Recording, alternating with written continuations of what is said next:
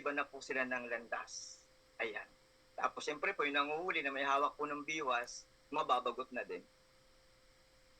Wala na. Yung kanyang pong eagerness, mawawalan. Pero itong pinakita ng Lord po dito, sila ho yung pinagkatiwalaan para pangasiwaan ang iglesia ng Panginoon. Kaya nga lang sa practicality, napapansin ko po, kung ito man po ay nakikita po natin sa ibang mga churches, halos karamihan kasi ang gumagalaw po, yung sinasabi lang, pero ang pangit pakinggan po, wala ko tayong hinahired, wala ko tayong upahan na manggagawa. Lahat po tayo dito ay mga manggagawa. Amen po ba doon? Minsan ho kasi, pag yan po ang pinaparating sa manggagawa, parang katulad na rin po ng mundo. Pero dito po, nakita ko po ito, taas na pagtawag ang pagiging ministro, ang pagiging mangangaral, ang pagiging matanda sa iglesia, lahat po tayo ay sama-sama para i-edify ang iglesia ng Panginoon. So, dapat po, makita po sa mga matatanda sa iglesia na kung saan ito po yung mga elder ho natin. Kasi, nakakalungkot talaga, honest to goodness, ito po ang observation po na yung lingkod. Halos karamihan po ng mga elder natin sa church, may mga hanap buhay. Maging bahagi ng iglesyang amin pong papangunahang itayo sa tulong ng banal na espiritu.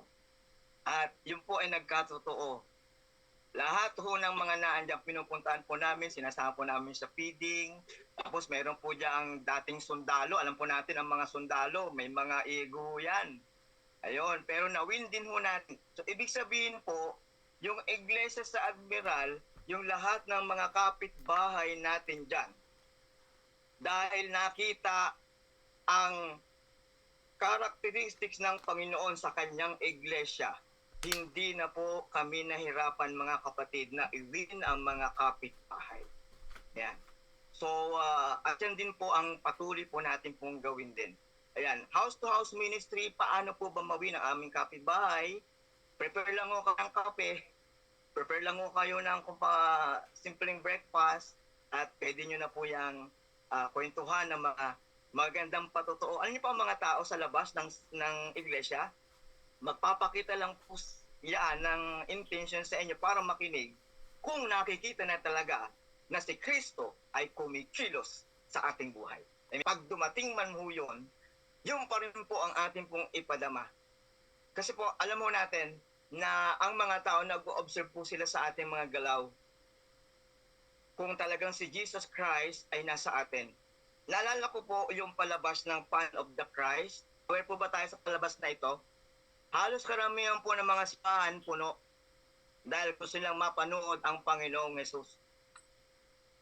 At tulad na ko po kanina, ang church, yan ho yung mukha ng Panginoong Jesus. Bakit hindi naman ngayon mapuno-puno ang mga simbahan ng Panginoon na kung saan dyan tayo nabibilang? Ano kayang problema? Siguro pwede balikan, kasi dapat talaga ang katawan ng Panginoon, kasi siya po ang ulo, yun din po ang gagamitin para mawin lahat ang mga nasa paligid ng mga ligaw na kaluluwa. Ayan, so ipakita po natin, ito pong benepisyo ng soul winning system. Fellowship and care, andyan po yung tatlong mahalaga. Sharing, ayan, kung ano meron ka, pwede mo siyang ipagkaloob. Caring at loving service. The rope of love, ito po yung magbibigay sa atin. Meeting needs, moving lives. Imumove ng Lord ang buhay nila para maglingkod sa buhay na Diyos. Gamit po tayo kung yung mga needs naman po nila ay ating ma-meet. Hallelujah. Pasok po dyan yung spiritual at material. Pwede na po natin po yan i-expound. Napakahalaga po yan. Yan. So, next. Ito po, yung different gifts, kung ano po yung nababagay po sa atin po dyan, pwede po natin yung i-apply sa buhay po natin. Kasi nakikita po ito sa lahat ng mga kapatiran, especially sa leader. Minsan po kasi totoo, aminin natin sa hindi. Yan pong pagbibigay ay isang kaloob. Maraming mga kapatiran natin talagang hindi talaga na pagkalooban. Hindi naman natin pwede silang sabihang kuripot. kasi Minsan, nakakaano, kapatid natin to, ang yaman-yaman, pero kuripot. No! Hindi po natin pwedeng sabihin ho yun. Kasi, naghahanda po sila sa tamang panahon na pwede silang kumilos para ibigay. Kasi nag-observe sila. Isa sa observation ko po dyan, meron po bang mga Ilocano sa loob ng ating pong platform na ito? Proud po ako sa inyo. Kayo ho ay masinop. Ayan. Kayo ho ay nag-iipon. Gusto nyong gamitin ang mga naipon ninyo sa tamang paggagamitan. Ayaw ho, kasi mahirap kitain po ang pere. Naunawaan ko po, ang mga biyanan ko po, Ilocano eh. Pero kapag nakita talaga na meron pong mga kapatiran na may sakit, number one na ho, sila pong nagbibigay po dyan. Purihin po ang mga kapatiran po natin sa parting Ilocos, sa parting Lias, number po sila sa pagkakaloob. Yan, prophesying the prophesy. So, iba po ito doon sa ginagawa ng naghuhula. Ha? Binibigantin po dito yung God's Word. Pag-aralan talaga po natin, yan po ang ibibigay po natin sa mga tao na nangangailangan. Serving, then serve. Yung mga servant leader po natin. Teaching, then teach. Yan. So, be a teachable. Encourage, then give encouragement. The exhorter. Kailangan po ng simbahan po yan. Kailangan po ng churches po natin yan. At ito nga po, ang giving, then give generously. Be a generous giver. Leading, then lead. Be a good leader. Show mercy, benevolence, philanthropy, the activity of soul winning, house to house, evangelism, etc. Okay po, sunod po natin po dito mga kapatid. Ayan, may time pa po ba ako? Rodador. May selection din po at training ng mga soul winners. Soul winner must be a person that has received the gift of evangelism from the Lord. The gift of evangelism, ginamit ko po ito kay Cho's illustration about sa kanya pong mga anak. Ito pong si Cho, alam po natin nasa Korea po ito, patay na po ito. Nakabili po ako ng kanyang book. Grabing mahal. Nabili ko po siya noong 2005. Alam niyo po kung kailan ko lang po nagamit? Nung nag-put up na po ako ng mission. Kasi talagang kailangan pong balikan. So, ito pong book na ito, yung ko lang kung meron pa po sa mga national bookstore, lahat po ng nangyaring mga kakaibang nangyari dito sa lingkod ng Panginoon din na ito na taga-Korea, inireveal doon yan. Pati po yung mga hindi pwedeng i-reveal, na-reveal niya po para makita na ito ang kalooban ng Panginoon. So, nagkaroon po ako ng ano po doon sa book na yon. Ang mahal po niya eh. Kaya nga sabi ko, Lord, i-treasure ko po itong book na to kasi meron pong pinapakita. Kasi habang binabasa ko po, lalo yung mga testimonies, umiiyak po ako eh. Andiyan po yung sample na pumunta sa depressed area, sa mga Smoky Mountain area, na kung saan binilin po siya nung inaaralan kasi sinasabi kasi po natin na ang langit, madali lang makamtan kapag ang Panginoon ay nasa iyo. Siguro gusto ko pong i-share din po sa inyo po ito. Yung ito pong manggagawa na ito pumunta po sa isa pong dam site area. Meron po doon isang teacher. May teacher ho doon na napangasawa po niya, isang lasenggo. At mayroong 10 anak na malalaki na, nalaman lagi po ng barangay at ng pulisya yung kulungan. Nakukulong lagi kasi nagnanakaw. So, ito pong ministro to, pumunta doon para magpahayag ng magandang balita. Sabi niya, Sister, may good news ako sa iyo. Anong good news yan? Kasi ang tagal na namin dito sa dam site area, walang magandang balita. Na ang gobyerno walang ipinapakita. Makinig po kayo, Sister. Tanggapin mo ang Panginoong Hesus at ikaw ay makakalasap ng langit. Sabi nitong babae na nanay, Pastor, ang tagal-tagal na namin dito sa lugar na ito. Wala man lang kaming naranasang langit. Yan sinasabi mong Jesus Christ, paano namin yan malalasap? Ha? At hindi po maipaliwanag ng pastor yung kanya kasi baguhan pa lang po ito.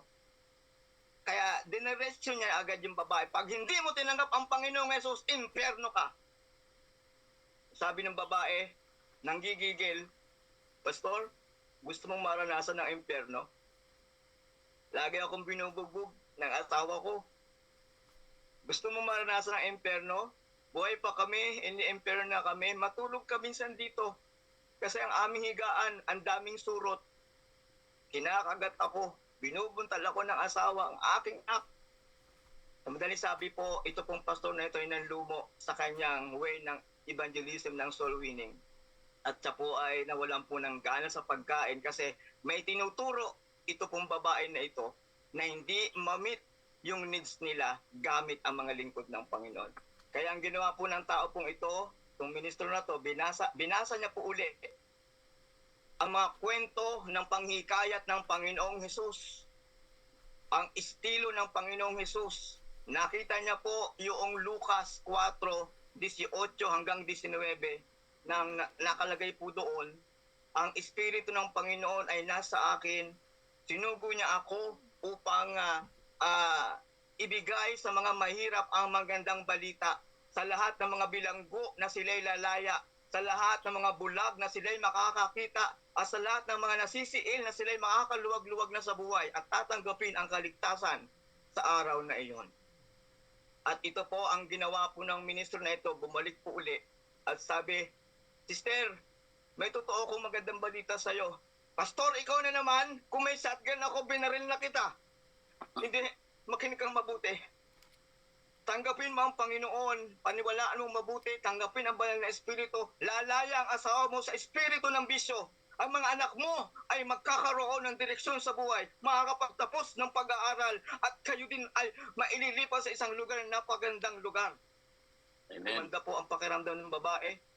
At ang sabi niya, Pastor, nasaan ang simbahan mo? Doon lang. Medyo nagulat po yung pastor, parang ba't simbahan ang tinutukoy niya? Ganun pa man, ang sabi ng pastor, tara, pumunta ka. Meron akong kasi simula lang na tent church, isang tent. At ang sabi po ng babae, Pastor, ito ba ang simbahan mo? Malaking tolda lang? Parang mas mahirap ka pa sa daga. Inamin po yun ng pastor kasi totoo naman talaga. Sabi ng pastor, Sister, totoo, indeed din ako. Pero ngayon, mananalangin tayo sa Panginoon na lahat ng mga ipananalangin natin magkakatotoo. Pinaniniwalaan mo ba ito? Ang iyong asawa makakalaya sa bisyo, ang iyong mga anak makakalaya sa nangyayaring kakaiba sa mundo, at kayo ay magkakaroon ng magandang kinabukasan. Kabali sa mga kapatid, bilang panghuli at dito na po magtatapos, nagpray po sila. Alam niyo po, pagkaraan lang po ng ilang buwan, yung asawa ng teacher, nakalaya, espiritu ng bisyo. Mga anak, naging scholar ng simbahan, at yung mag-asawa naging leader ng church hanggang sa sila po ay namatay. Tuloy-tuloy po ang pagbabago. So, magandang balita ng ating pong Panginoon. Ano po?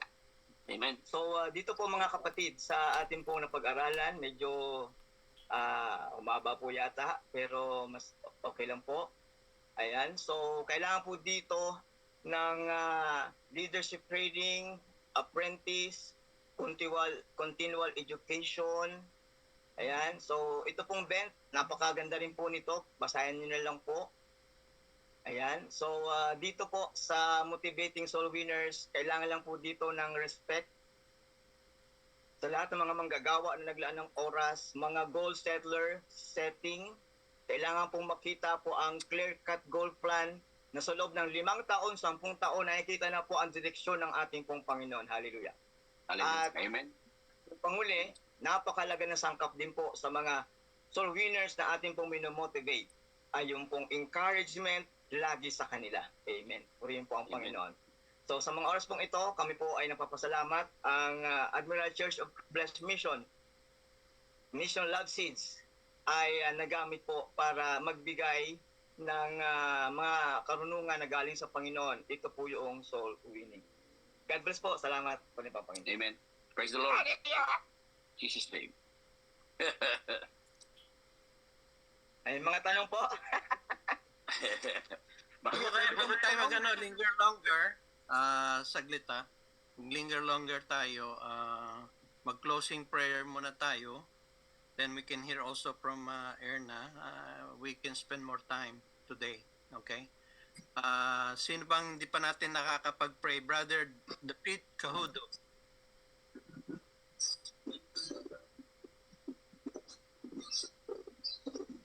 Manalangin, maraming salamat Panginoon sa umagang ito sa Pilipinas at hapon dito sa Yung ina yung ano ko.